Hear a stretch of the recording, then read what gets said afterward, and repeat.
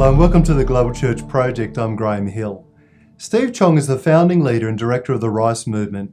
He loves seeing God raise up the next generation of young people. Steve is passionate about seeing Australian Asian youth be used by God. Having worked as a youth pastor, he completed Bible college and then spent 7 years leading a church. Now he leads the Rice Movement as an itinerant preacher. He lives by faith and speaks at different churches and conferences around Australia and abroad. His vision is to see a generation of Asian Australians raised up in discipleship and mission and in the service of Jesus Christ. Steve Chong, welcome to the Global Church Project. Thanks for having me. I'm looking forward to it. You're an itinerant evangelist and the founding director of the Rice Movement. Yeah. Can you tell us something about the Rice Movement and why it was started? Absolutely, yeah. So I was involved in founding it 15 years ago, actually. And what it was just a bunch of young people getting together. So it was actually a bunch of youth leaders. And we got together, and it wasn't rocket science. We just sort of said, look, we share a few things in common, apart from the fact that we all love Jesus. We said, we love running youth ministry. And we all happen to be this interesting DNA of Australian, but born Chinese. Right? So we've got, we're Aussie and Chinese at the same time. And so we're all leading youth groups. We thought, let's just get together. And we had one heartbeat, one main aim. And the main thing that was beating in my heart was for evangelism. And so we thought, what would happen if we got together, pooled our resources, and said, let's put on one evangelistic event and see how that goes. As we put that on, and it was just, we had no idea what God had in store for us, but yeah. I've been watching some of the videos and the events look amazing. So Can you tell us something about the events and who goes and what happens? Yeah, sure. And the videos that you perhaps have seen about the Rice Movement have been kind of recent ones, but really the first event was only like about 100 kids, and we held a bush dance, which is a weird thing for Asians to do. But it was just so much fun, and we just random, man. A bunch of Asians doing a bush dance. Who would have thought of that? It's crazy. And so we did that, and then actually it's just been doubling and all the way through and just growing and nuts. And recently we've been in kind of big auditoriums with a few thousand young people, and the most exciting thing for us is that we really believe in the Rice Movement. I really believe that the gospel is powerful to save. So I know that just rolls off our lips, but I really believe it. I just believe that if we proclaim the news of Jesus, that is in itself attractive, and God will draw people to himself. And so we've been doing that. We've been seeing hundreds and hundreds of young people come to know Jesus, recommit their lives every year. And it's just been a real thrill. So those events, we get together, we have a big, the key focus point is that talk, that gospel proclamation. Of course, we have songs and creative elements like dance and choir and all those kind of things. They haven't asked me to be in the dance team yet, Graham. I don't know why. I keep waiting. How do you think the Australian-born Chinese community, both the churches and the young people, are reshaping the landscape of Australian Christianity today? That's a really good question. I really believe that, of course, evangelism is our key, our main thing, but really an outflow of this has been the unity that's happened amongst a whole generation of Australian-born Chinese who I believe are uniquely placed to be in this country, where they have such a significant role to play in the leadership of the church and in communities, actually, in society. I guess one interesting thing to say is I'm borrowing a little bit from John Anderson, who's the ex-Deputy Prime Minister of Australia, and he's been watching the Rice Movement, a very big supporter of it. And he told me the other day that what we're seeing, of course, in the world is the rise of the East. He said he calls it the fall of the West and the rise of the East. That's what's going on. And he said what we're looking for, what we really need is in the church is a generation of young people who are of the West but not in the West. And I remember listening to him and thinking, I can't even keep up with you. This guy's too smart to understand what he meant. He said, come on, Steve, what major country, you said, is of the West but not in the West? And I thought, it's Australia, of course, right? All our heritage is from the West, but we're not in the West. He said, yes, right, everything we do is pegged to Asia. And so what we're looking for is a whole bunch of leaders that are kind of chameleon enough to jump across both those DNAs.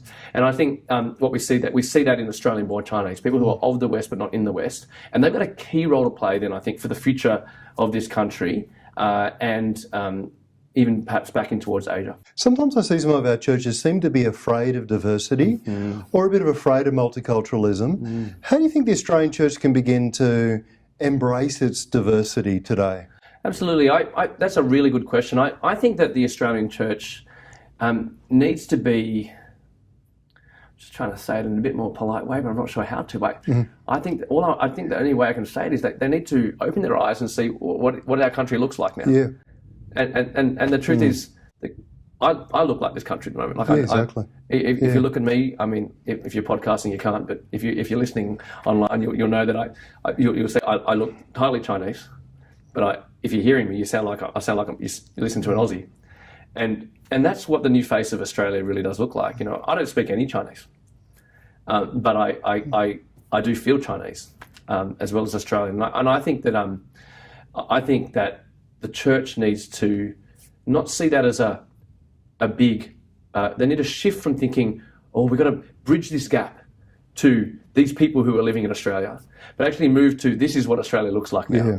And our churches should reflect that. And recently you went to the Middle East with Open Doors as well. Yeah, actually, yeah. What was that all about, and what did God do in your spirit during that trip? Yeah, that's an incredible time for us. It's really been a game changer. One of the things was Open Doors offered Naomi and I a trip to open our eyes to see what it looks like to live by faith. Naomi and I at the time were, still are, I guess, living by faith, kind of in terms of our income, just whatever God brings in. And the Open Doors guys said, look, we want you to see what it would be like for people who really live by faith every day, have to actually live their life or death matter. So we actually went, they took us over to Iraq, and that was a big deal. Naomi and I've got 4 little kids, and so we've got 4 kids under the age of 9 years old. And so saying goodbye to them, riding their wheels, being told that we can't be sure that we're coming back alive because we're going to a place that was 10 kilometres away from ISIS's headquarters. And so it was a full-on time. At one point, we crossed over the war zone. We heard 3 bombs go off in 10 minutes. It was full-on time. But the thing for me that absolutely revolutionised all of that, for me, that revolutionised my whole life, really, was I went there expecting to see a struggling church that was scared and hiding in a room. But instead, I found a church that was bold, alive, growing, united, and absolutely on fire to Jesus. In a way, to be totally frank, that put us to shame in many ways. And I just, I've never seen anything like it. To go there and ask guys, look, how can we pray for you? And to watch this guy's, this house church leader look at me with puzzlement and say, oh, thank you that you want to pray for us. That's very kind of you, but we've actually been praying for you in the West. And I said, why? He said, well, we're worried that you guys are getting sleepy and complacent, and we've been actually praying for persecution to come to you guys so you can be more alive and awake. And I just, all that kind of stuff just messes with your head. And so it's really caused my faith to rise up. Yeah. What do you think are the key things that Iraqi Christians can teach the church in the West today? Oh, there's so much. I mean, this podcast will go too long otherwise. But at least they could teach us that that when persecution comes, I think in many ways our faith gets refined, and we shouldn't be surprised by that. Jesus talked about that. The expectation of persecution to come for his followers, and in fact the early church was just birthed out of the context of persecution, and so for me, I think we kind of have forgotten that it is in the context of persecution that our faith gets refined, and our boldness and ability to understand what our purpose is on earth and proclamation of our faith really goes up. And so for me, I feel like the Iraqi Christians have so much to speak to us about. For example, one Iraqi man said, just incredibly, can't reveal his name, of course, because that'll he'd be in a lot of danger if they found out what he said. But he said that for him, he said before ISIS came, he was a Sunday Christian. By that he means I'd go to work during the week and just go to church on Sunday, go to work and go to church on Sunday. He said after ISIS came, he said, my faith became alive. And he said, so for me, ISIS is a gift. And I just think, how that work? How do you even think that? Because for him, his ultimate aim is living for Jesus. And to hear him, I'm sorry, I've got so much to say, but I just think, powerful story. Yeah, it's just incredible. And I just think to see, in terms of what these Iraqi Christians, that same man said, he said, Christians in the West are too afraid to die because they're more in love with life than Jesus. And I just think how someone who lives in the shadow of ISIS to be able to say that, and for me to think about it and know it's true. And to say that the church is becoming sleepy in the West. So I think we've got a lot to learn. We tend in the West to have this kind of, sadly, this kind of superior kind of, and I did when I went over there, this kind of how can we help kind of thing, you know? But really, there's a lot to learn the other way. Yeah, I just spent some time in a conversation with a lady who has spent much of her life in India and parts of Africa. Yep. And she was saying to me that this is one of the things that irritates her actually, is that she sees a lot of Westerners come to Asia and Africa with this kind of superior posture.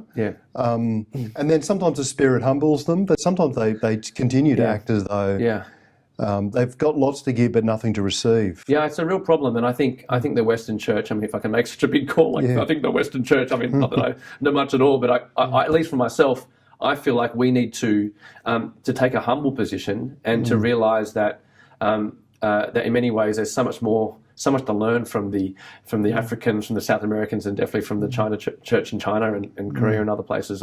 That's where the action is going to be at in the next turn of Christian history. Yeah.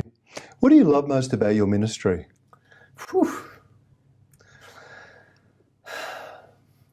At my core, I'm an evangelist. Right? Like if I strip it all back, for me, nothing beats seeing people, in my case, young people, but anyone, come to know Jesus. So in fact, as an itinerant evangelist, I'm speaking to mixed ages all the time. I just can't. Nothing fires me up more than seeing someone move from death to life for eternity. Like, the stakes are very high. And when someone comes to know Jesus, for me, that is the best there is. And I can't get enough of that. Close behind is the mobilization of people using their full gifts and passions for the glory of God. I think so much of that is untapped and latent in people, and I think as they start capturing who it is that God made them to be and use that for God's glory, then I think, and when I see someone work out, hey, you know what, I didn't realise, but I've got gifts in that, and I am really passionate about that. I think seeing them on a lifetime of service for Jesus is awesome. Steve Chong, thank you for joining us at the Global Church Project. It's been a real pleasure to be here. The Global Church Project is located at www.theglobalchurchproject.com. On our website, you'll find a wide range of interviews and resources for colleges, universities, and churches. I look forward to your company next time. From me, goodbye.